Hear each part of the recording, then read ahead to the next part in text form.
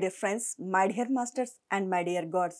శ్రీ కృష్ణామృతానికి స్వాగతం సుస్వాగతం. Episode number 19కి మనము ఇప్పుడు అడుగు పెట్టబోతున్నాం. మరి ఇటువంటి గొప్ప ధ్యాన జ్ఞాన మార్గాన్ని అందించినటువంటి బ్రహ్మర్షి పితామహ పత్రిజీ గారికి, పత్రి మేడం గారికి, సాధారణదేవి గారికి, భగవద్గీతకు శ్రీకృష్ణ పరమాత్మనికి కృతజ్ఞతలు చెప్పుకుంటూ మరో అద్భుతమైన శ్లోకంతో ఇప్పుడు నేను మీ ముందుకు వస్తున్నాను. భగవద్గీత 2వ అధ్యాయము 50వ శ్లోకము. బుద్ధియుక్తో జహాతిహ ఉభే సుకృత దుష్కృతే తస్మాత్ యోగాయ యుజ్యస్వ యోగః కర్మసు కౌశలం. బీజాక్షరాలు ఉంటాయి. దయచేసి ప్రేక్షకులందరూ చిన్న చిన్న పదాలు పలికిస్తాను, పలకండి.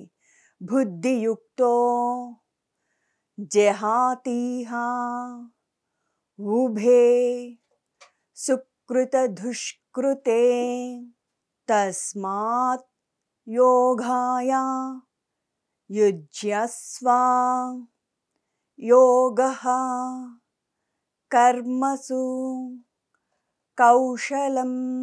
తాత్పర్యమేమనగా, సమబుద్ధి కలవాడు తన పాప పుణ్యాలను ఈ జన్మలోనే నశింప చేసుకుంటాడు. సమబుద్ధి కలవాడు అంటే గత శ్లోకంలో చాలా విపులంగా మనము అర్థం చేసుకున్నాము. ఏమని వివరించారు అంటే, సమబుద్ధి అంటే పొంగిపోనివాడు కుంగిపోనివాడు అని. అంటే కష్టంలోనూ నష్టంలోనూ ఆనందంలోనూ పొంగిపోడు కుంగిపోడు, సమబుద్ధితో ఉంటాడు. అన్నిటినీ స్వీకరించే స్థితి, అనుభవాలు జీవితము అనే అవగాహన కలిగిన స్థితి. సమబుద్ధి కలవాడంటే అనుకూల ప్రతికూల పరిస్థితుల్లో అతిగా ప్రతిస్పందించని వాడు. అందరి జీవితాల్లో ఒడిదుడుకులు సహజం, వాటి యందు అతిగా ప్రతిస్పందించని వాడు అని సింపుల్గా మనము అవగాహన చేసుకోవచ్చు. సమబుద్ధి కలవాడు తన పాప పుణ్యాలను ఈ జన్మలోనే నశింప చేసుకుంటాడు. చూడండి ఎంత గొప్ప వరమో. మరి సమబుద్ధి అంటే కష్టం వస్తే నష్టం వస్తే పరం నింద చెయ్యకుండగా, భగవంతుని వైపు చూడకుండగా అన్నిటినీ స్వీకరించే స్థితి. మరి దాని అంతరార్థమేమి? జనన మరణానికి చక్రం నుంచి విడబడతాడు అని అర్థము. మరి కాబట్టి నువ్వు కూడా అలాంటి యోగాన్ని అనుసరించి కర్తవ్య కర్మను ఆచరించు. అర్జునుడితో కృష్ణ పరమాత్మ నువ్వు కూడా అలాంటి యోగాన్ని, మరి ఎలాంటి యోగము అంటే పొంగిపోవద్దు కుంగిపోవద్దు, అనుకూలంగా ఉన్నా ప్రతికూలంగా ఉన్నా. ఇప్పుడు అర్జునుడికి పరిస్థితి యుద్ధ సమయంలో ప్రతికూలంగా ఉందా అనుకూలంగా ఉందా? ప్రతికూలంగా ఉంది. మరి అనుకూలంగా ఉన్న ప్రతికూలంగా ఉన్న పరిస్థితులను అతిగా ప్రతిస్పందించగా మరి అర్జునుడు ఏం చేస్తున్నాడు? అక్కడ అతిగా ప్రతిస్పందిస్తున్నాడు. నా వాళ్ళు నా వాళ్ళు నా వాళ్ళు, నా తాత నా తండ్రి నా గురువు. మరి తాత తండ్రి స్థానంలో ఉండే కదా పెంచాడు. పాండురాజు కాలం చేస్తే మరి తన తాతగారే కదా పంచపాండవుల్ని గురువు యొక్క సాంగత్యంలో ఎన్నో విలువిద్యలు నేర్పించాడు, జ్ఞానవంతుల్ని చేశారు. మరి అటువంటి తాతని తండ్రిని అన్నదమ్ముల్ని చంపుకోవాలన్నా అని మరి దుఃఖిస్తున్నందుకే కదా అర్జునుడు ఇంత వివరణ ఇస్తున్నారు. నువ్వు కూడా అలాంటి యోగాన్ని అనుసరించి కర్తవ్య కర్మలను ఆచరించు. నీ కర్తవ్యాన్ని నువ్వు చేతపట్టు, నీ యొక్క బాధ్యతను నువ్వు నెరవేర్చు, నీ ధర్మంలో నువ్వు నడియాడు అని చెప్తున్నారు. యోగమే కర్మలలోని కౌశలం. మరి కౌశలం అంటున్నారు. ఏమంటున్నారు? యోగమే అంటే నేర్పు కలిగించు. కౌశలం అంటే ఏమి? నేర్పు. మరి సమబుద్ధి అంటే అర్జునుడు కుంగిపోతున్నందుకు ఎన్ని శ్లోకాల రూపంలోనో అర్జునుడికి ఉన్నటువంటి అనుమానాలను తీసేయడమే కాకుండా మనందరిలో ఉండేటువంటి అనుమానాలను కూడా ఆ 700 శ్లోకాల్లో అన్ని విధాలుగా అన్ని మూలాల నుంచి ఉన్న అనుమానాలన్నిటిని నివృత్తి చేశారు శ్రీకృష్ణ పరమాత్మ. ధ్యాన వివరణ చూద్దామా? మనకు బ్రహ్మర్షి పితామహ పత్రిజీ ఇంకా లోతుల్లోకి అర్థమయ్యే విధంగా వివరించారు. చూద్దాం. మానవుడు నిత్య కర్మిష్టి, కర్మలు చేయకుండా ఒక క్షణం కూడా కుదరదు. మానవుడు నిత్య కర్మిష్టి అంటే నిత్యము ఏదో ఒక కర్మ చేస్తూనే ఉంటాడు. మనం అనుకుంటాము, అరే నేను గమ్మునే కూర్చున్నాను కదా, నేనేమి చేస్తున్నాను? కూర్చున్నావు, అది ఒక కర్మే కదా. నేను పడుకున్నాను. ఏమీ చేయడం లేదు. పడుకున్నావు కదా! అది ఒక కర్మ కదా! అంటే నిత్యము మనము ఏదో ఒక పని మీద ఉంటాము. పని చేస్తుండొచ్చు, జాబ్ చేస్తుండొచ్చు, వంట చేస్తుండొచ్చు. లేకపోతే ఏదైనా మనము బజారుకు వస్తువు కోసం తీసుకొని రావడానికి వెళ్ళిండొచ్చు. కానీ గమ్మునే కూర్చున్నాను అన్నా అక్కడ కూడా మనము ఒక పని చేస్తున్నాము. మరి నీ కనురెప్పలు ఎవరు కొడుతున్నారు? నీ గుండె ఎవరు కొట్టుకుంటున్నారు?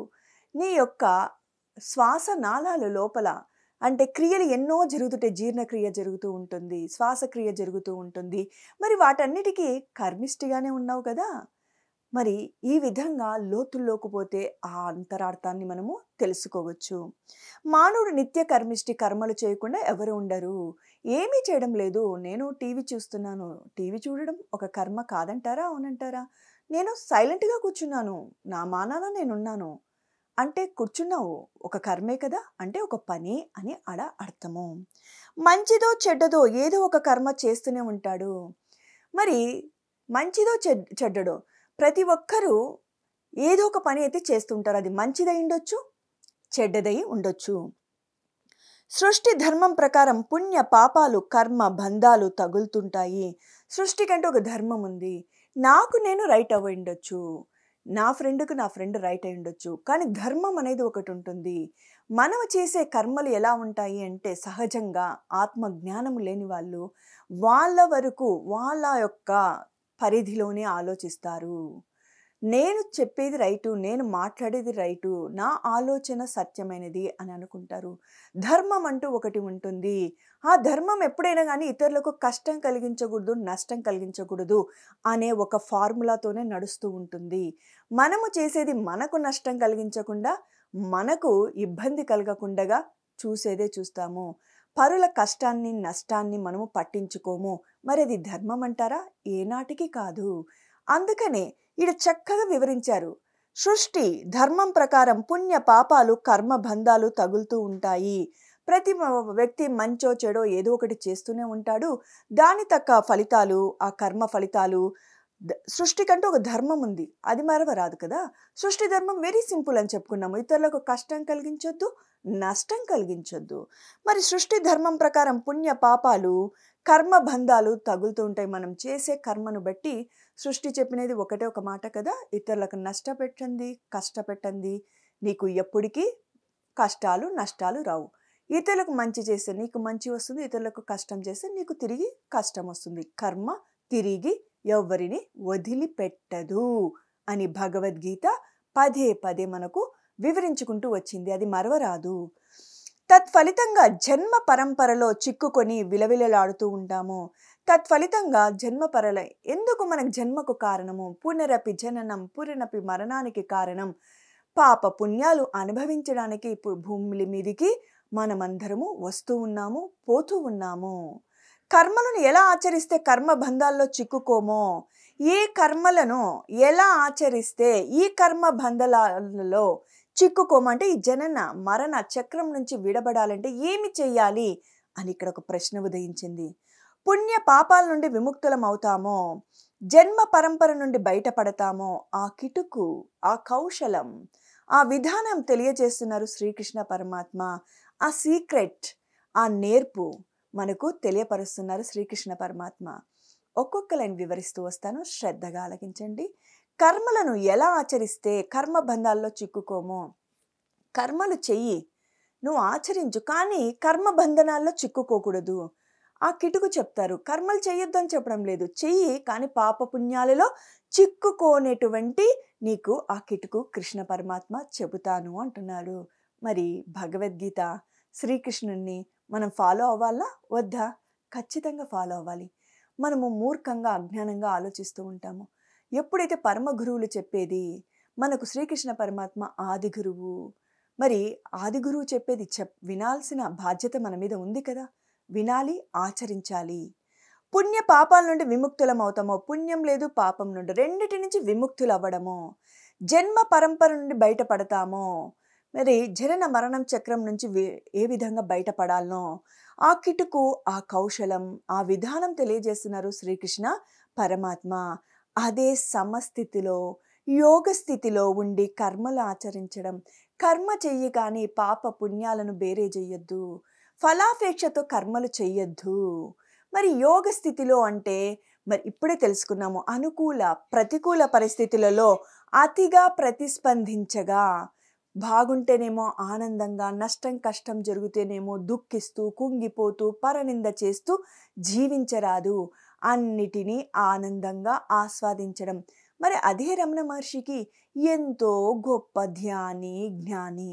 ఆయనకు భుజాన ఒక రాచపుండు పుట్టితే మరి ఆ రాచపుండు నుంచి చీము, రక్తము కారుతూ ఉండేది. ఎంతోమంది ఈయన ఎంత గొప్ప ధ్యాని కదా! జ్ఞాని కదా! ఆయనకేమి ఇంత పెద్ద అనారోగ్యమోనని అనుకున్నారు. రమణ మహర్షి మాత్రము ఆనంద ఢోలికల్లో, ఆత్మానందంలో ఎప్పుడూ ఊగిసలాడేవాడు. శరీరం నాది కాదు. ఈ శరీరానికి ఏది వస్తే ఏమి? ఏది పోతే ఏమి? నా ఆనందం నేను ఆత్మస్వరూపుణ్ణి. ఆత్మానందంలో విరాజిల్లుతూ ఉండేవాడు. మరి ఆ గాయాన్ని శుభ్రం చేయడానికి అనస్థీషియా డాక్టర్లొచ్చి సర్జరీ చేయాలి, అనస్థీషియా ఇవ్వాలి అంటే, నేను ఈ శరీరం కానప్పుడు మీరు ఈ శరీరానికి ఏమి చేసినా నాకు ఏ సమస్య లేదు అని 2 చేతులు అలా గోడకు పెట్టి అలా నిలబడుకుంటే వాళ్ళు అనస్థీషియా ఎయకుండానే సర్జరీ చేసినారంట. ఒకసారి కాదు, 2 సార్లు కాదు, 4 సార్లు సర్జరీ జరిగింది అంటారు. మరి ఎటువంటి గొప్ప స్థితి! మనం ఉదయం లేసినప్పటి నుంచి రాత్రి పడుకునే వరకు నేను ఈ శరీరము, ఈ భవబంధాలు, ఈ సంపదలు వీటి వెనకాలే పరిగెడుతూ, పరిగెడుతూ, పరిగెడుతూ ఉన్నాము. మరి ఆ స్థితికి రావాలంటే తెలుసుకోవాలి. సాధన చేస్తూ ఆత్మ జ్ఞానాన్ని పొందాలి. శరీరం అశాశ్వతం, ఆత్మ శాశ్వతము. ఆత్మ అనుభవాల కోసం, తన కర్మలను తాను అనుభవించడం కోసమే శరీరధారి అయి భూమి మీదికి వచ్చింది. మరి సమత్వంలో ఉండడం అంటే గత శ్లోకంలో వివరంగా తెలుసుకున్నాం. అయినప్పటికీ ఇంకొకసారి గుర్తు చేస్తున్నాను. అనుకూల, ప్రతికూల పరిస్థితులలో కూడా అతిగా ప్రతిస్పందని వాడు అని అర్థము. మరి అదే సమస్థితిలో, యోగ స్థితిలో ఉండి కర్మలు ఆచరించడం సమత్వమే యోగ ఉచ్యతే. సమత్వమే యోగమని చెప్పబడుతున్నది. నువ్వు ఎప్పుడైతే నీ జీవితంలో ఒడిదుడుకులని అన్నిటినీ ఒకే స్థితిలో మధ్య మార్గంలో ఉండి పొంగిపోకుండా, కుంగిపోకుండగా నువ్వు మధ్య మార్గంలో ఉండి అన్నిటినీ స్వీకరించుకుంటూ వెళ్ళినప్పుడు ఏమవుతుందయ్యా అంటే సమత్వమే యోగమని చెప్పబడుతున్నది అని ముందు శ్లోకంలో చెప్పారు. ఇక్కడ యోగః కర్మసు కౌశలం అంటే యోగం అంటే ధ్యానం చేస్తూ ఆత్మ జ్ఞానాన్ని పొందడము. ఎప్పుడైతే నువ్వు యోగమే కర్మలలో కౌశలంగా సమత్వంలో ఉంటూ అంటే జీవితంలో ఎన్ని ఒడిదుడుకులు వచ్చినా అతిగా ప్రతిస్పందించగా నీ పనిని నువ్వు చేసుకుంటూ పోయినప్పుడు యోగ స్థితిలో ఉంటూ కర్మలు చేయడము అంటే కర్మ ఫలాల మీద ఆసక్తి లేకపోవడము. యోగ స్థితి అంటే కర్మ చేస్తావు కానీ దాని ఫలం ఆశించవు. కర్మ ఫలాల మీద ఆసక్తి కానీ కోరిక కానీ లేకుండా కర్మలు చేయడము. కర్మలు ఆచరిస్తాం, వాటి మీద ఫలాశక్తి లేదు. నేను ఇంత పని చేశాను, ఇంతేనా ప్రతిఫలం? ప్రతిదానికి ఆశిస్తూ ఉంటాము. డబ్బు రూపేనో, పేరు రూపేనో ప్రతి వ్యక్తి ప్రతి పని నుంచి, ఇతరుల నుంచి ఆశిస్తూ ఉంటాడు. మరి అలా ఆశించకుండగా కర్మలు చేయడం దానిని నిష్కామ కర్మ అంటారు. కర్మ ఫలాల మీద ఆసక్తి గాని, కోరిక గాని లేకుండా కర్మలు చేయడం. ఇంకా కార్యం యొక్క సిద్ధి, ఆ సిద్ధుల పట్ల సమభావం కలిగి ఉండడం. ఒక కార్యం చేస్తావు, సిద్ధించొచ్చు, సిద్ధించకపోవచ్చు. కానీ నీ కర్మని నువ్వు చేసుకుంటూ పోవడం. చాలామంది చేసిన పని సక్సెస్ అయితే అంటే సిద్ధించడం అంటే సక్సెస్ అవ్వడం. అప్పుడు వాళ్ళకు ఆనందము, ఇంకొక పని చేయడానికి సిద్ధపడతారు. మరి అసిద్ధించిందంటే, సిద్ధించుకోలేదంటే, వాళ్ళు అనుకున్న కార్యము జరగలేదంటే ఆగిపోతారు. అలా కర్మలు చెయ్యకుండా ఆగరాదు అని భగవద్గీత ఇక్కడ వివరిస్తూ వచ్చింది. ఎందుకు ఆ విషయం చెప్పారు? గత శ్లోకాల్లో అంతా వివరించుకుంటూ వచ్చారు. ఈరోజు విత్తు నాటితే రేపు ఫలితం రాదు. నువ్వు కర్మలు చేయడం ఆగిపోతే భవిష్యత్తు నిరర్ధకం అవుతుంది అని వివరణ ఇవ్వడం జరిగింది. ఇంకా కార్యం యొక్క అసిద్ధుల పట్ల సమభావం కలిగి ఉండి కర్మఫలాల మీద ఆసక్తిని విడవడం అంటే కర్మఫలాలను త్యజించి నిష్కామంగా ఉండడం. ఇప్పుడే చెప్పుకున్నాం కదా, నిష్కామ కర్మ అంటే కర్మలు చేస్తాం కానీ ఫలితాన్ని పరమాత్మనికి వదిలేయడం. ఏది చేసినా భగవాన్ నేను కాదు చేస్తుండేది, నా చేత చేయించబడుతుంది.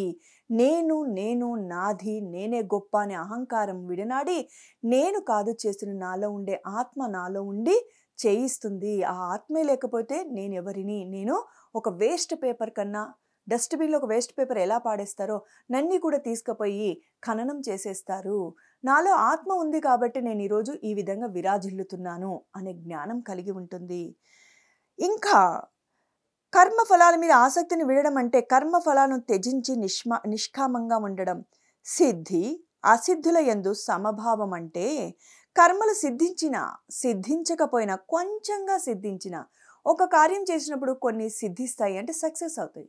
కొన్ని సిద్ధించవు. కొన్ని కొద్దిగానే సిద్ధిస్తాయి. ఎలా సిద్ధించిన కర్మ ఫలాలు ఏమైనా గానీ మనసులో సమత్వంలో ఉండడం.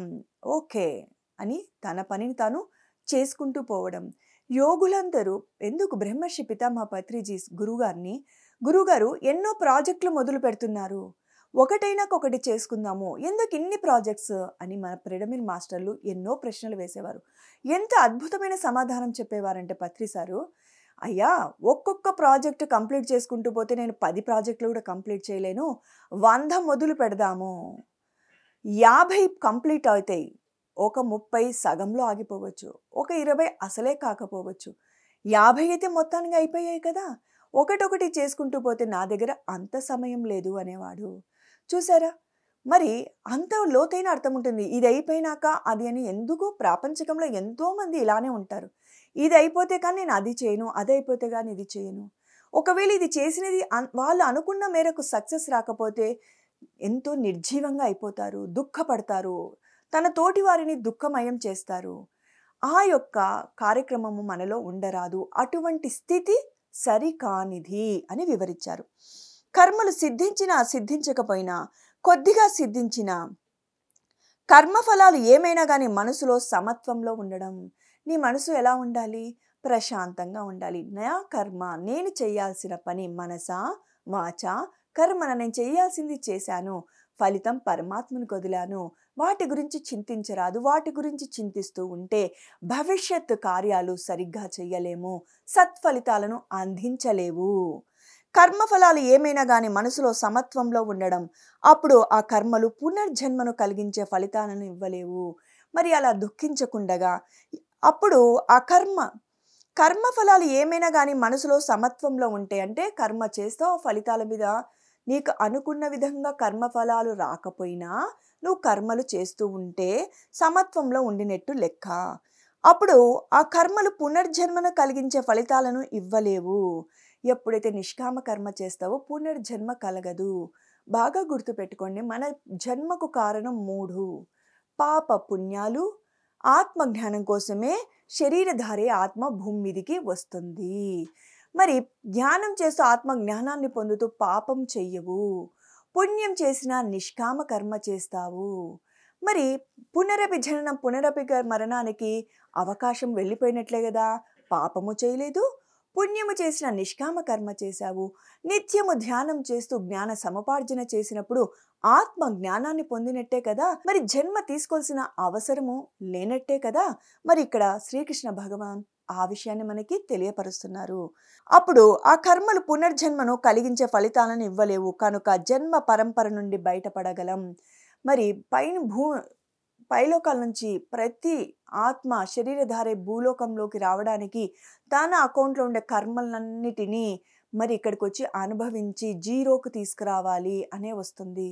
మరి కొత్త కొత్త కర్మలు చేస్తుంది. మరి జన్మ తీసుకోవాల్సి వస్తుంది. మరి ఈ చక్రానికి పులి స్టాప్ పెట్టే మార్గమే సమత్వంలో ఉంటూ యోగత్వంలో ఉండడము. ఇక్కడ మనం తెలుసుకున్నాం. సమత్వం అంటే గుర్తుపెట్టుకోండి, అనుకూల ప్రతికూల పరిస్థితుల్లో అతిగా ప్రతిస్పందించగా. యోగత్వంలో అంటే సిద్ధించినా సిద్ధించకపోయినా తమ కార్యాలు తమ కర్మఫలాలు తాము కర్మలు చేసుకుంటూ ముందుకు సాగిపోవడం.